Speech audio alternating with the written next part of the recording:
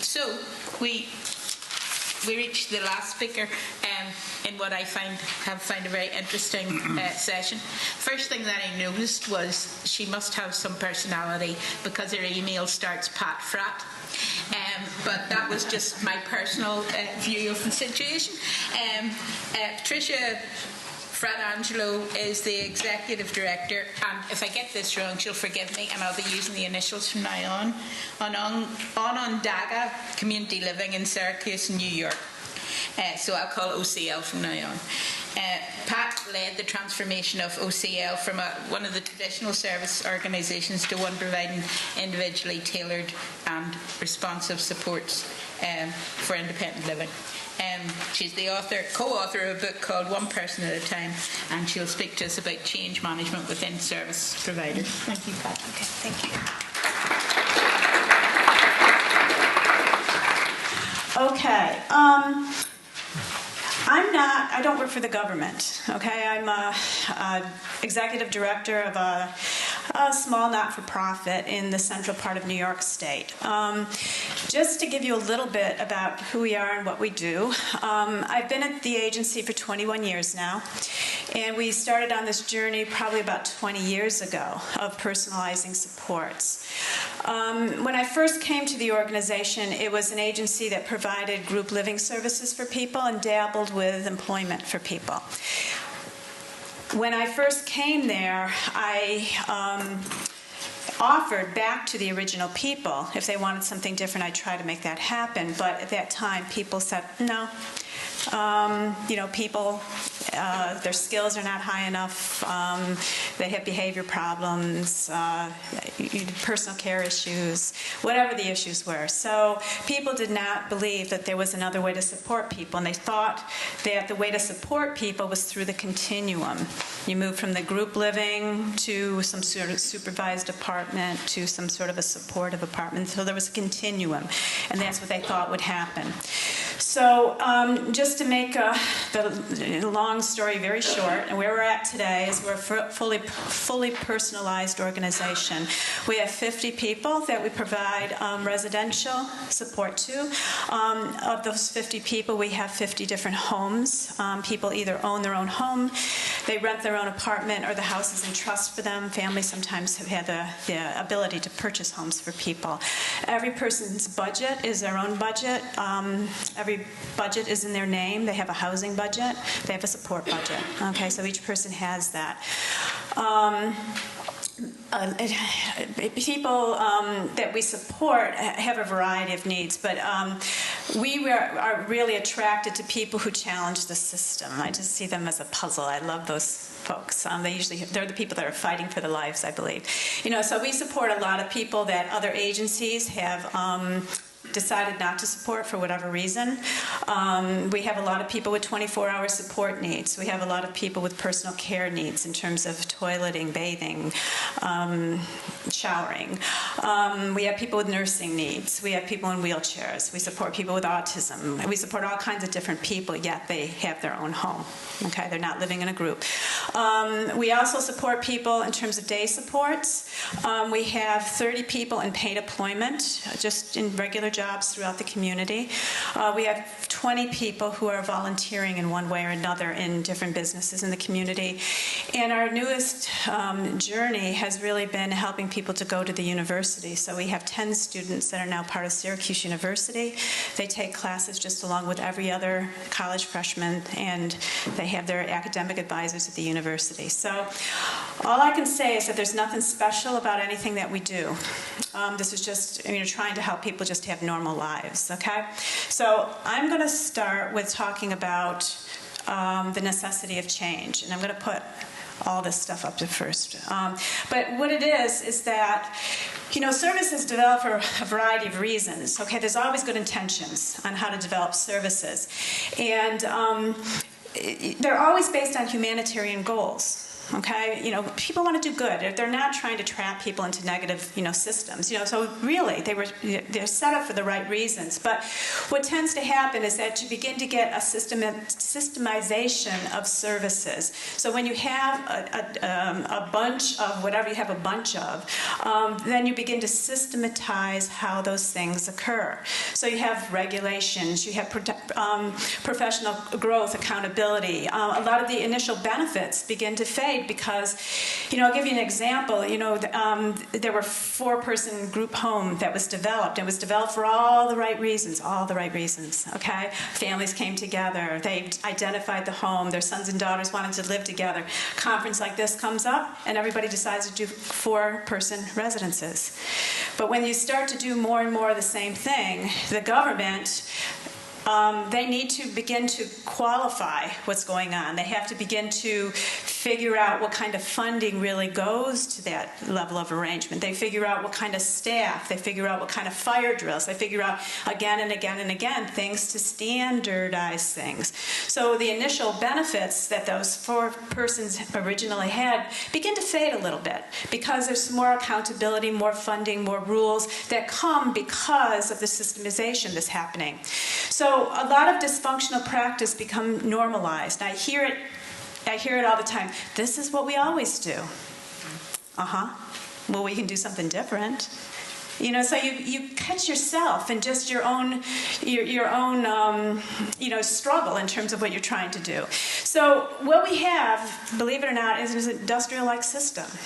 Okay, we have an industry that we're a part of, and people with disabilities is the fuel of our system. Okay, so when you have a vacancy, and wherever you have your vacancy, you need to have another person to come in to drive those dollars to continue that human service wheel to keep going. It's a really bizarre system that we've set up. So the progressiveness in the past becomes very antiquated. Okay, so there's a lot of misperceptions. Like I said, my experience is seeing the next step. People were seen as needing to be more independent. That's not necessarily the next step. To me, the gumption someone has to do something, the desire that someone has to do something, that's the next step. And then it's up to us as a support system to figure out a different way to do that. But people don't understand that because people don't have an imagination beyond what they already know. The system's taught us whatever the system's taught us. I used to have families come to me. They told me program types. My son, daughter would do good in program type. Well, I'm more interested in what neighborhood. What supports does your daughter, son already have? Is your son, daughter part of a church? What connections does your son, daughter have? What is your son or daughter interested in? Not what program type it is. That doesn't give me those answers. So people were not seen as skilled or ready enough. Families and staff were not open-minded enough. Families couldn't think of anything different because a lot of their sons and daughters, our original people, were part of the institution and came out of the institution when the institution closed. So they never saw beyond the group home, never saw anything beyond the group home. There was lots of excuses, personal care, lack of skills, behavior issues, they go on. And then people just continued to wait, to go on to the next step, whatever that next step was. And the sad thing is, when you go to the next step, you lose everything you had before, and you have to start all over again. And so, wow, why would I want to do that? But also, there's also when the system forces a change. So an agency director can force a change. I could have said I'm closing group homes when I walked through the door. I didn't say that, but I could have. Okay, that would have been a forced change. A government can say, we're going to switch gears now and go into a different direction. That's a forced change. We're not going to fund this kind of service anymore. We're going to fund this kind of service. It's forced changes. So how do you deal with all of that stuff? Now, yesterday, I talked about being a pilot. I have all these things in my life, and they make sense to me in terms of services. Now I'm going to talk to you today about my doing yoga, okay? All right, but anyhow, this is transformational change, and this is a Yoga Sutra, where they say before you can know something, you have to learn it. Okay, to understand the necessity of steps, and this process takes time. Okay, so before you can know something, you have to learn it. Okay, and what I see as I travel around to different countries, I think worldwide everybody's moving towards personalized services. You know, they got that bandwagon from somewhere, I don't know. And I think it's wonderful. I think it's wonderful, but it's a huge, huge cultural shift. You know, and what I see falling down all the time is people don't know how to make the cultural shift. They begin to develop the policies, maybe some of the funding mechanisms, you know, whatever. But like that quote he had that John O'Brien did, you know, you can develop brokerage or whatever you want to develop, but if you don't understand what you're really trying to achieve with that, you're not going to get there. Okay, so the first step, they say, is at first, when you're beginning this new change, you're clumsy. You're very clumsy. You're awkward. You're making mistakes. I'll use knitting as an example. I mean, if you've first learned how to knit, you're very clumsy. You don't know how to make your stitches very well. Okay, but you know, you're trying. And when I think about what we did early on, we didn't know what we were doing in terms of personalized supports because nobody else in New York State was doing it. But people began to ask for things that we weren't offering. You know, so we had to begin to try things in a different way, and we were clumsy. We didn't really know what we were doing, but we knew the end result we were trying to achieve. Okay? So my end result is the sweater. My end result is the yoga posture. You know, whatever it is, that's the end result. But at the beginning of it, I'm going to be clumsy at doing it. But as you refine your practice, your progress goes to a more refined level of understanding. So as you practice a little bit in what you're trying to achieve, it gets a little bit easier. Just a tiny bit easier, and you feel more confident with it. It's like, all right, now I can stretch a little deeper. Now I can, you know, purl and knit at the same time. You know, now things are a little bit easier for you. And as you continue to practice, eventually you're going to enter a place of joy in the work. So you can actually do things and feel good about it. It's not so jumpy. It's not so, you know, problematic for you. You have some joy in what you're doing. And then, with practice and success, the skill becomes so ingrained in you that you're able to do the work absent-mindedly. You know, and I see these people all the time at the airport or whatever, just knitting away. You know, it's just like, because they're doing it absent-mindedly. They went through all those processes of figuring out. When I think of the work that we do in personalized services, we can kind of do it almost absent-mindedly because we've been doing it for 20-some-odd years now. It's just a way. I mean, we don't even think about grouping budgets together. It's so foreign to us. You know, so once you're involved in it, it becomes easier. And then finally, eventually you're going to develop this deep understanding and dedication, an innate capability, and a level of understanding and knowledge so deeply ingrained it becomes part of you. Okay? So that's the journey that you guys are just starting on. Okay, you're starting back and making all the little mistakes and that sort of thing. Eventually, if you keep your focus on what Brian and others have talked about, the goal being, the prize being, you know, citizenship. You know, if you can keep your sights on what you're trying to accomplish with people, normal lives, nothing special, you know, then you're apt to get there if you practice enough. Okay? So new directions brought different dilemmas. So the biggest thing is there were believers and disbelievers.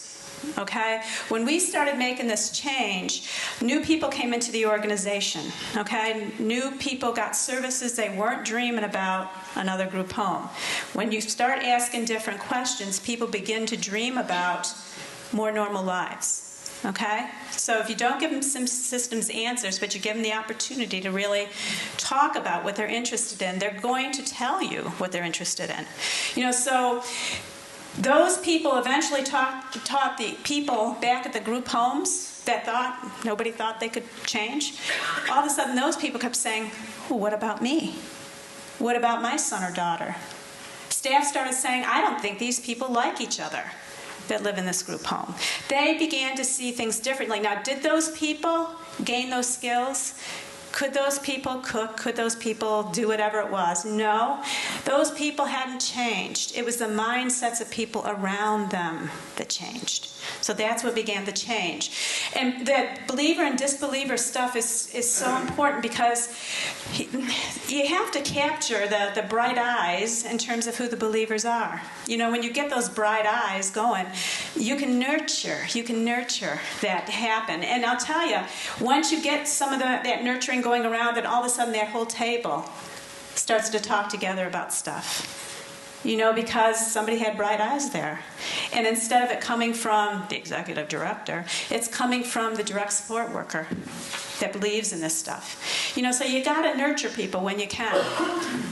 Also, those disbelievers are critically important when we were doing planning because they told us every single reason why it was going to fall apart. Every single reason. You know, and so because they believed it would fall apart, that was good for us because then we could plan for it to fall apart. And if we planned for it to fall apart, we could put some safeguards in place so it wouldn't fall apart. You know, so using those disbelievers was a huge benefit to us in terms of the planning. We did a lot of education and soul searching, you know, because this was a major shift in our organization. Major shift. You know, and people weren't all together on it. You know, and so we had retreats, we brought in people for roundtable discussions, we did lots and lots of stuff. We had people read things, we did lots and lots of stuff to help people think through that cultural shift that moves from group living to more personalized supports. You know, so there was a huge amount of things.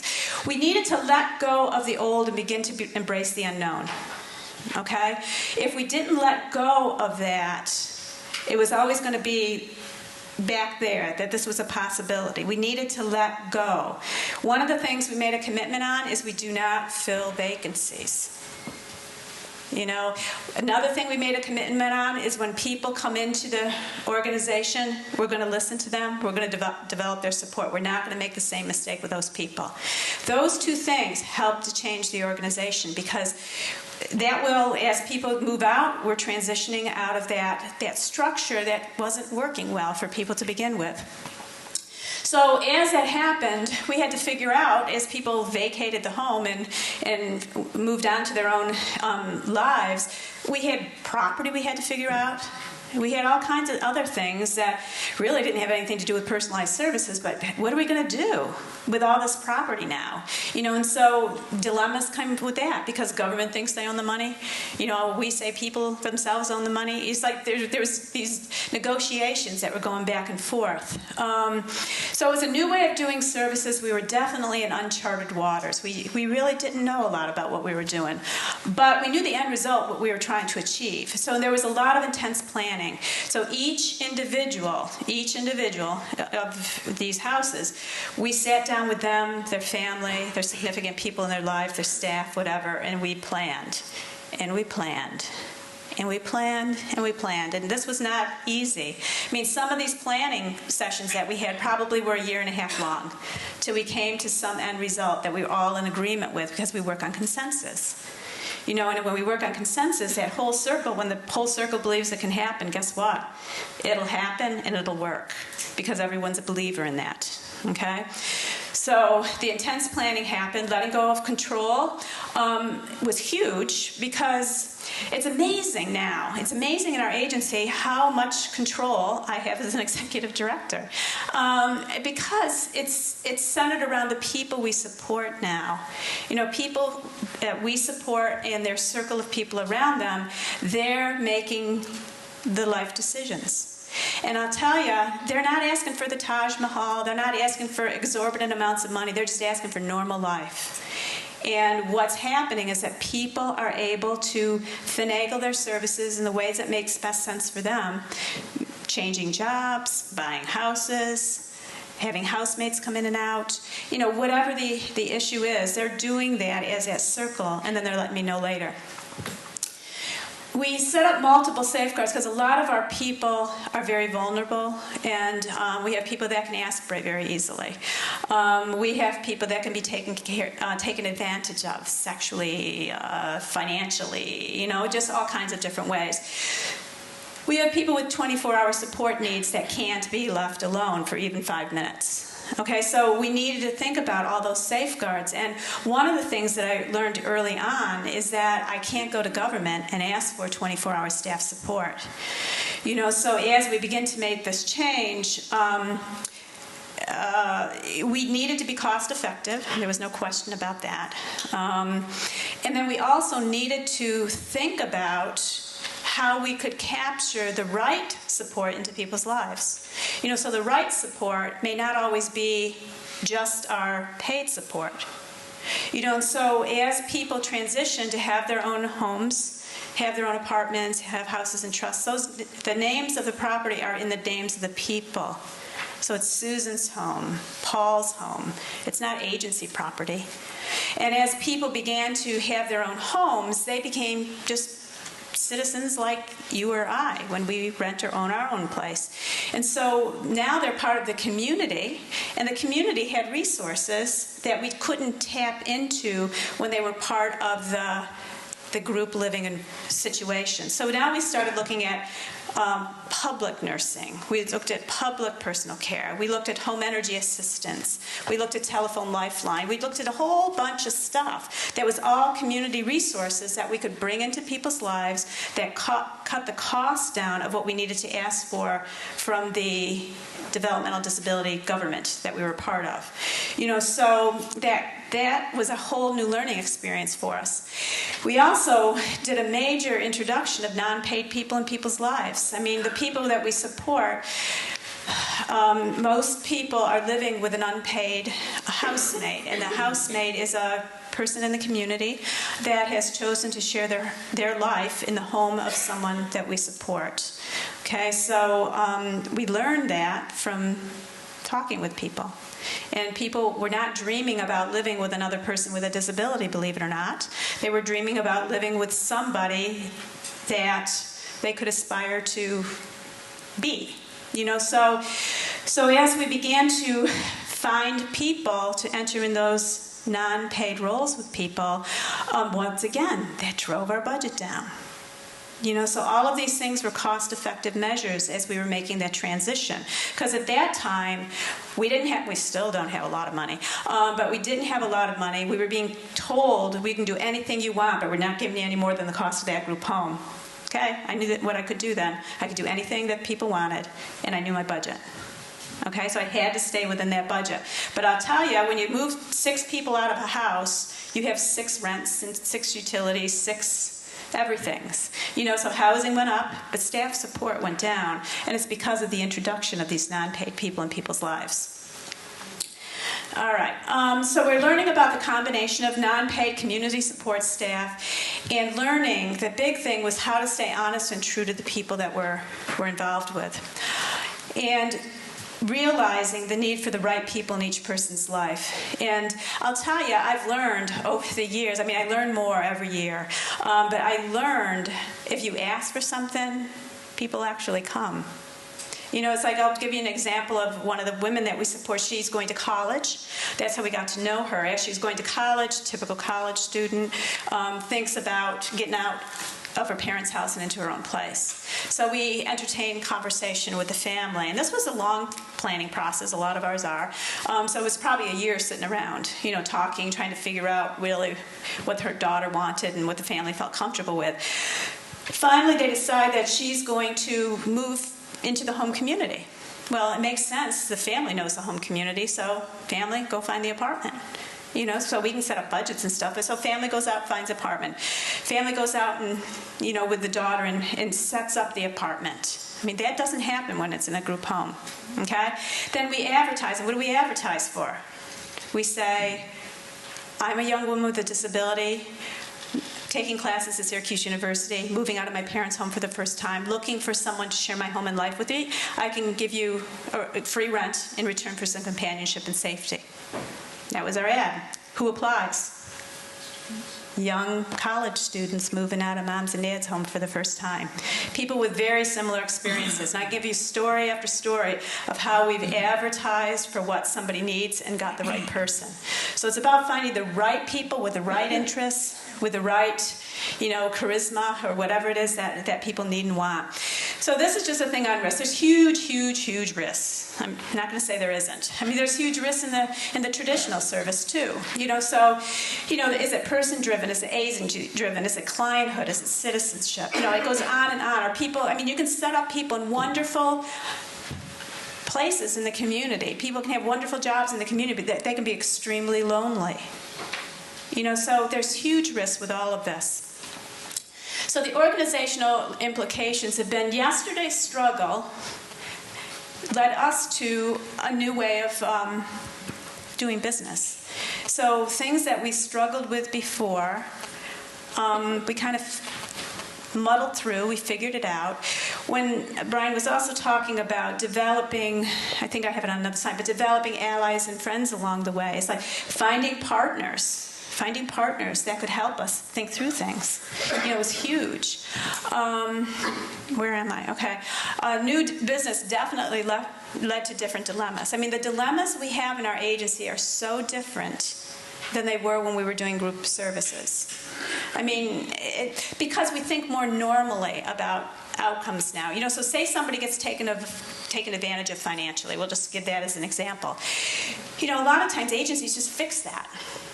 Well, we'll pay the bills because, you've given your money away or whatever. But then we begin to think about that. It's like, what happens if I spend all the money in my checking account? I can't pay my bill then that month. And what happens? I get, a late notice fee, so I have to pay a little bit more. It's like, it's not that people are in jeopardy. We're helping people to learn. We're helping people to learn the normal stuff that happens in people's lives. So it's not overprotection. It's helping people to benefit from what they learned from the mistakes they made. So we're not doing anything unsafe. It's like, if the electricity's being shut off, we'll figure that out, or the heat. But if you have to cut your budget and you can't get your cable TV, well, that's really not the most important thing in life. But it may be important to you, so you'll feel the effect of not being able to pay that bill. So, 5 minutes? Okay, so struggles led to a lot of partnerships and allies. We were maintaining the mission against all odds. We worked a lot on funding and regulations, and the cost to stay focused on each person, I'll tell you, it's very challenging because you get all kinds of things competing against that. So you have regulations feeding against it. You'll have, funding feeding against it. You'll have your agency feeding against it. So how do you stay person-driven amongst all the other competing things that you have? And you need to be flexible and bending. And being there for people cannot always be reduced just to the job description. And what I would say, too, is that as you're making this transition, it's not the same jobs that people are going to have. I mean, this is a major cultural shift that you guys are talking about.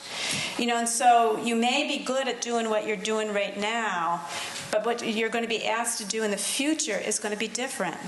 Because you're going to be working on embedding people into normal life in the community. That's very different. And I know that because we operated the group homes.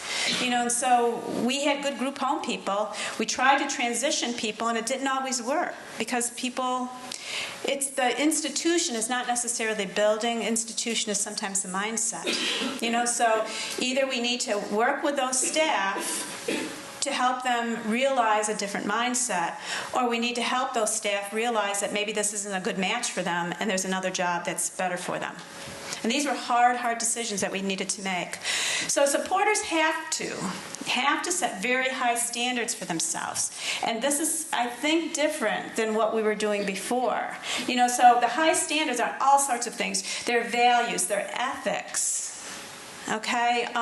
Their sensitivities to people, their imagination on what's possible. I'll tell you, I've learned that direct service people are the most powerful people in the agency. Because if they say no, it doesn't happen. And people don't understand how critically important their roles are. So people need to have imagination. People need to be able to think about what's possible. The quality of their relationships. When I think about the right people in people's lives, we have paid people that families or the individuals have chosen that now stay together for the 18, 20 years, whatever it is, and it's because of the relationship they had. We have unpaid housemates now that have hit the 18-year mark, 16-year mark, whatever, and it's because of the relationship that has developed. And it's because we asked for the right thing, so they had common interests, so they can build off one another. Being person-centered is not from the organization. OCL is not a person-centered organization. It's not. If we all get in a plane tomorrow and we get killed in that plane, it's people. People are person-centered, okay? The people drive the services for the individual. So it's not the agency.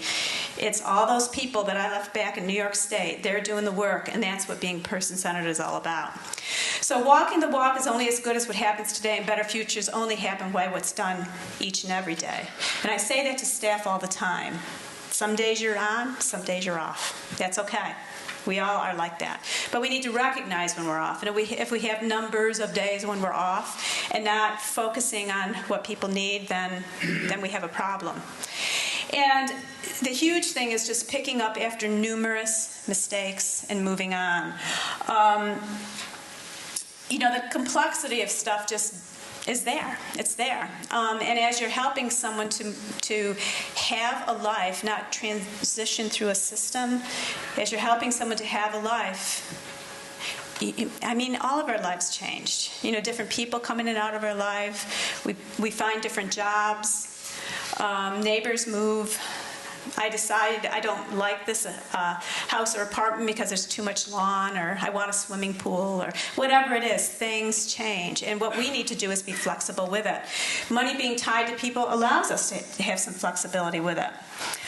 And I just want to end with, when many times what I've learned is that when the service system isn't around, the community will come forward. Okay? A lot of times, and we do it at our agency, we get in the way. We get in the way a lot of people being able to have honest relationships with other people. And I think what our role is to help people help people to begin to enter into conversation, get to be known by people, okay? I'll give you a couple of examples. One was a woman, she was in one of our group homes, she wanted to go to church. So staff said, okay, I'll help her go to church. So she picks a church that's very local church. Okay, now the staff, it wasn't their church. Okay, so what their job was is to help Pam to connect in that church. So she's looking around the people at the church, and there's this woman, Burl, and Burl's like the greeter at the church, all new people coming in, so she's a greeter. So Debbie says one day, after going to church with her for several weeks, can't come next week. Well, Pam lived local to that church. Burl's part of that neighborhood too. Burl said, not a problem. I'll pick up Pam. Okay, so now Pam starts going to church with Burl. And I'll tell you, the world opened at that point because Burl was part of the women's club. Burl was part of the coffee club. Burl was part of the church. Okay, because Pam was part of what Burl's life was now. Pam became part of all of that stuff. The richness of her life grew from that. And it's not because we were there as staff. It's because staff initiated that. Just another small example of the powerfulness of the community. We have a lot of unpaid people in people's lives. And there was a storm. It was a Labor Day storm, beginning of September, several years back, maybe about 5 years ago. Huge windstorm. It went, demolished trees, wires were down. The city was pretty immobilized for about 3 days. Okay? The interesting thing for our agency is it happened kind of in the evening. So it happened when everybody was home. Okay? Everybody was home. That meant everyone was safe. That meant our staff couldn't get out of their homes to go out and do things. But I'll tell you, all the housemates, all those unpaid people were home. Our agency operated for 3 days on totally unpaid supports. okay?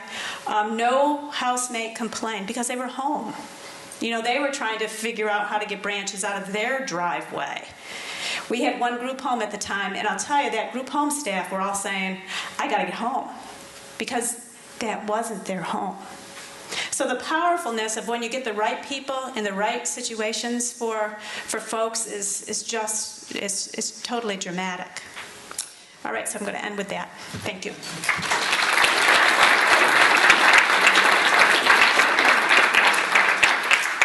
Thank you very much, Pat.